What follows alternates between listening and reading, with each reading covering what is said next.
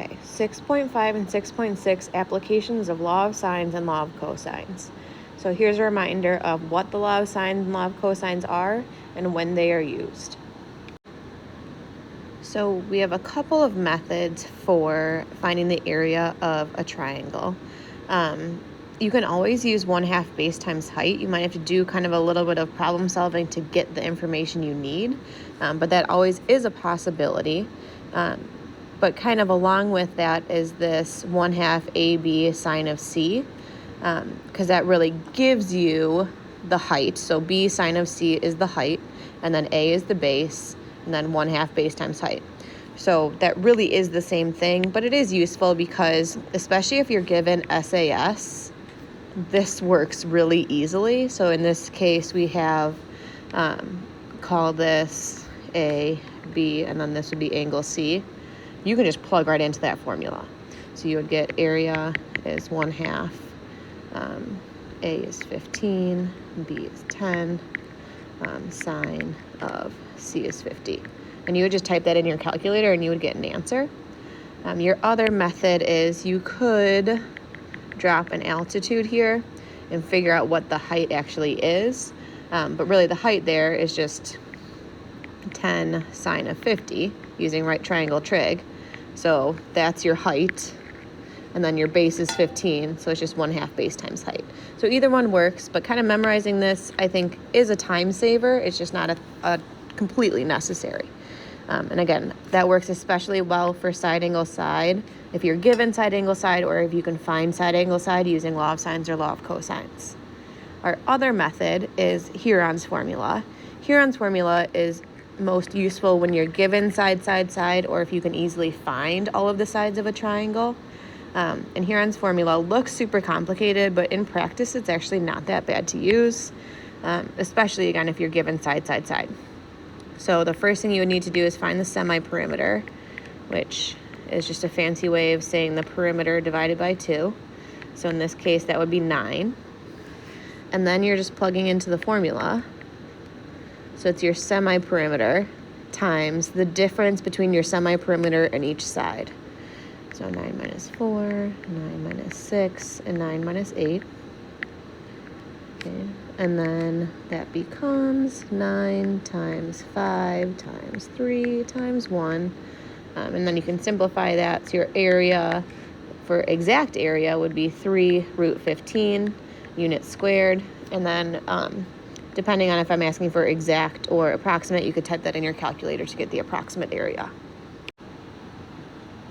So when we're talking about compass bearings, you do have to know the cardinal direction, so northeast, south, and west, and kind of where they would lie on a coordinate plane. There's lots of different kind of mnemonics to remember this. Mine is never eat soggy waffles, just going clockwise. I've heard never eat slimy worms, I learned second period, never eat soggy wheat, and never enter Santa's workshop is a new one. It's just different ways to remember N, E, S, and W going clockwise. Hopefully you all know north and south, but east and west are a little bit harder. But you do need to know this. And then in problems, you'll be asked about the bearing. Another word you'll hear is heading. They mean the same thing.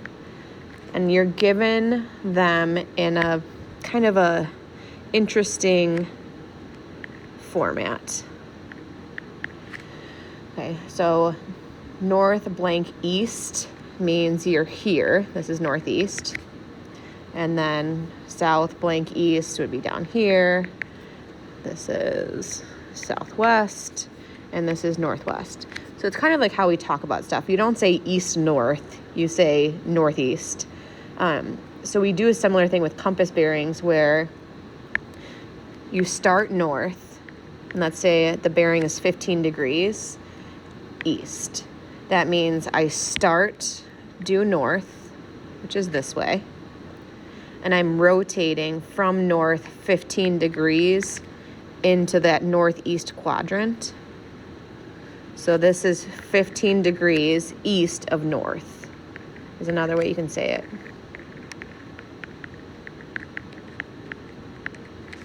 Okay, so you could get that triangle. Another one could be, let's say I give you south 70 degrees west.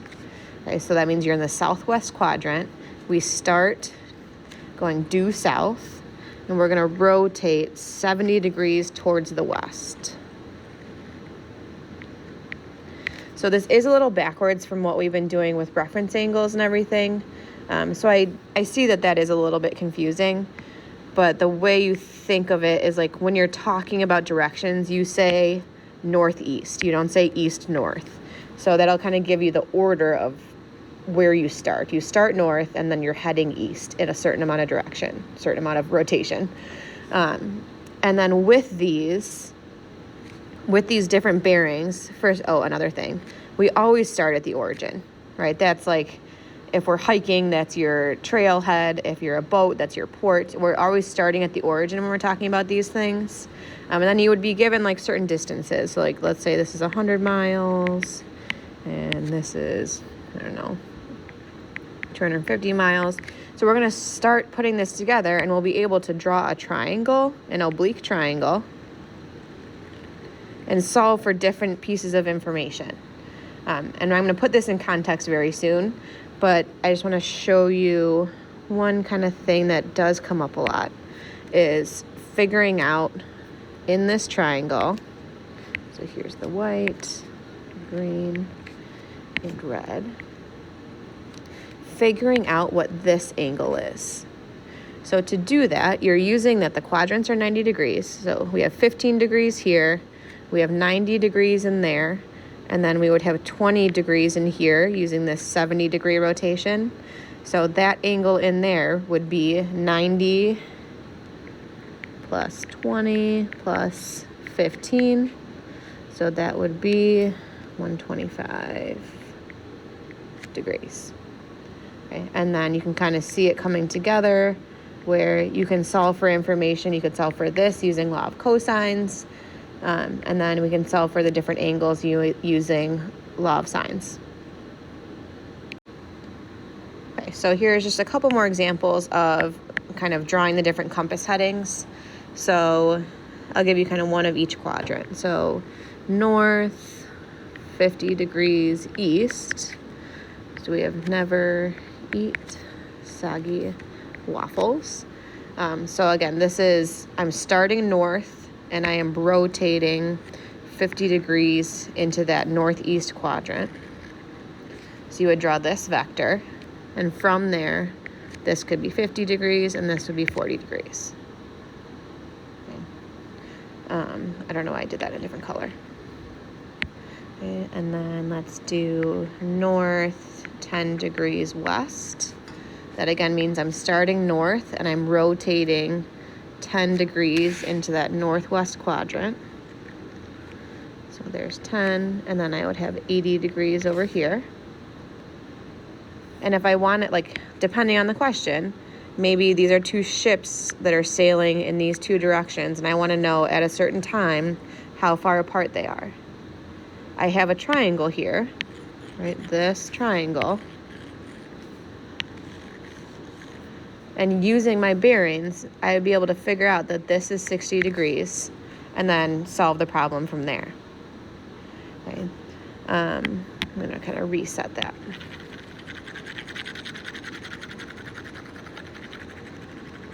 Right. Let's see.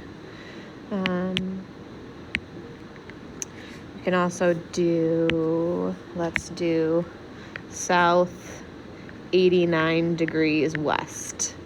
Okay, so that means I'm starting south and I'm rotating all the way up here almost to due west.